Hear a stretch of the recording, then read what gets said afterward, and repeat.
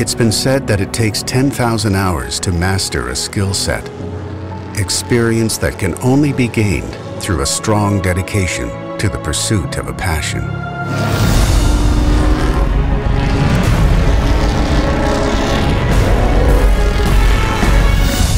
With that pursuit comes highs and lows, moments of excitement and moments of disappointment that push us to our limits and force us to battle through adversity.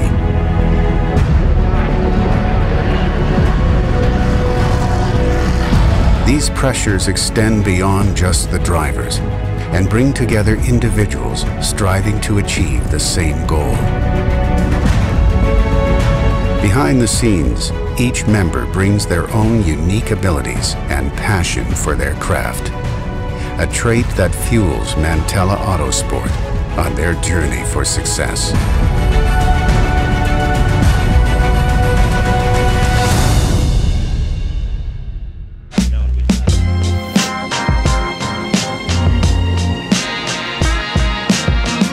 After a successful testing session at the Roar in Daytona 2 weeks prior, the team at Mantella Autosport returns to kick off their 2015 season with the first race in the Continental Tire Sports Car Challenge.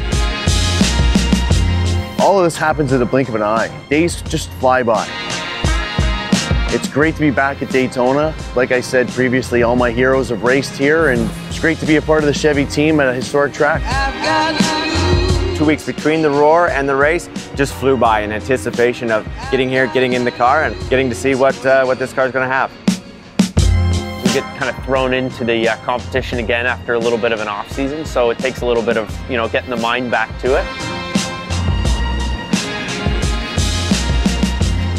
Car time is very limited here until the race. We're not in the car very often because there is so much to do. So a driver is pulled in so many different ways, as well as the mechanics, that it really is amazing that we can throw it all together and perform as well as we do. After numerous practice sessions over the past weeks, it's now up to amateur drivers Martin and Anthony to pilot the cars in the qualifying session, a task that presents many challenges.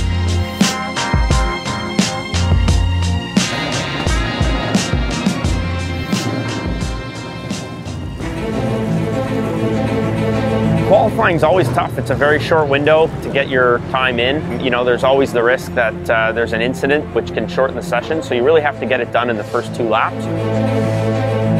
This Continental Tire has a peak very early on. Lap 2, lap 3 at most. You need to be on it, getting the most out of the car and the tire.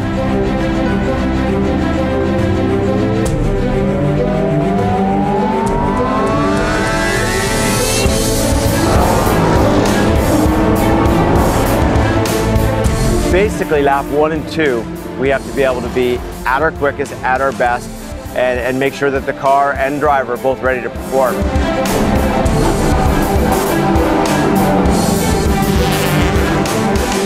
It really is a fine art. Mark and Kyle, they've been doing it so long, and they're such professionals that they can do it immediately. It's tough to do.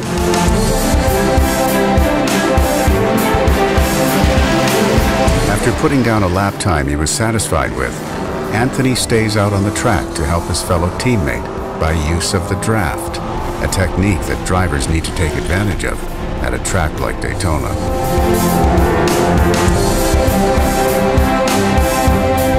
The team finishes qualifying with the 80 car in 18th position and the 8 car starting in 14th. Anthony put in a great lap. It's a great starting position, and we'll work up from there for a strong race. The gap from where Martin had qualified the car up until the pole position is very, very small. It's going to make for some exciting racing.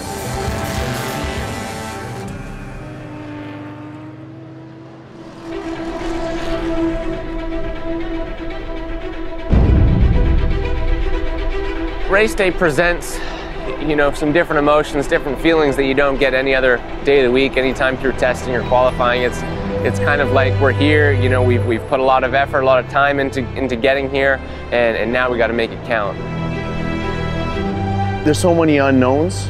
You don't know if you're going to win, you don't know if you're going to get crashed out, you know, you don't know if the car is going to fail. It's a feeling that I just really can't explain. Excitement, basically, anticipation, a little bit of nervousness, but not much. I'm thankful to say my right foot's tapping all the time. I gotta get in the car and I gotta go. Good luck, have fun. Feel good? Yeah, baby. Oh yeah. All right, Martin, have fun. Thanks, Kyle.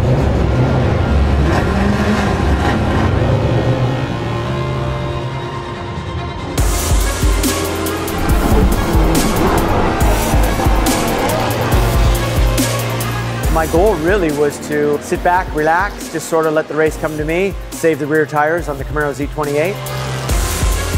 You know what, within the first few laps, we were able to find some openings, some spaces, put the car in there, and you know, we bought ourselves a few extra positions. I think we were in P15 and within maybe the first 2 laps. I was looking forward to getting back to Daytona and showing my competitors, you know, what I've learned here over the last couple of years. Unfortunately, made contact on the start with one of the cars at minimal mile an hour. Anthony had a bit of a tough run, a lot of adversity with sort of a little damage to the front end that you know, made it a little bit less aero efficient on banking, but did a great job, kept it composed and put some great laps in. You know, Martin had put in a great first stint. After starting 18th on the grid, he was as high as, you know, just cracking the top 10. As I left the pit, I wasn't really in the heat of battle, I was all on my own. But sure enough, as the pit stops cycled through and the leaders started to make their pit stops laps later, we started gaining position. About 45 minutes to an hour later, we ran into another full course caution scenario. We had just didn't have a very good pit stop. We incurred a drive-through penalty, so roughly, I think Kyle had about a 30-second hit to his lap time.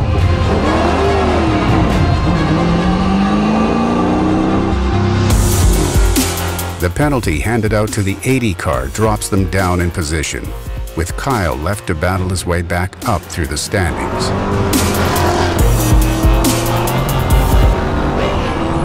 After getting the damage temporarily fixed on the 8 car, Mark sets his sights high and starts reclaiming positions throughout the race.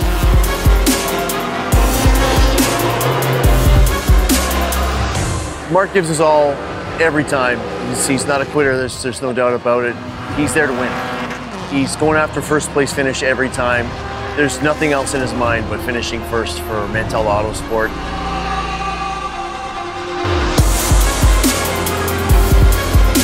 With the team facing adversity, Mark and Kyle push themselves and their vehicles to the limit and complete the remainder of the race, finishing with the number 8 car in 9th position and the number 80 car in 12th.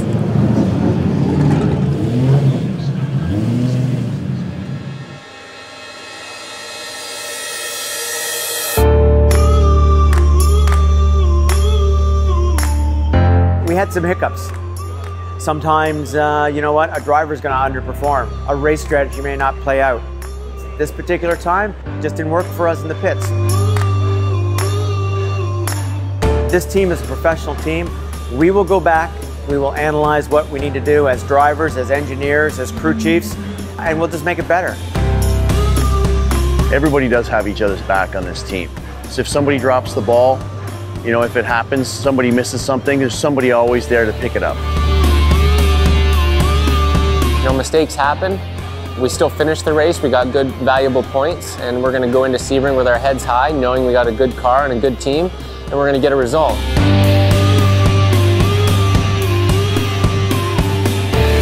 The race at Daytona is a perfect reminder of the unpredictability that accompanies a race season and leaves the team at Mantella Autosport anxious for the next race at Sebring International Raceway and the opportunity to improve on their results.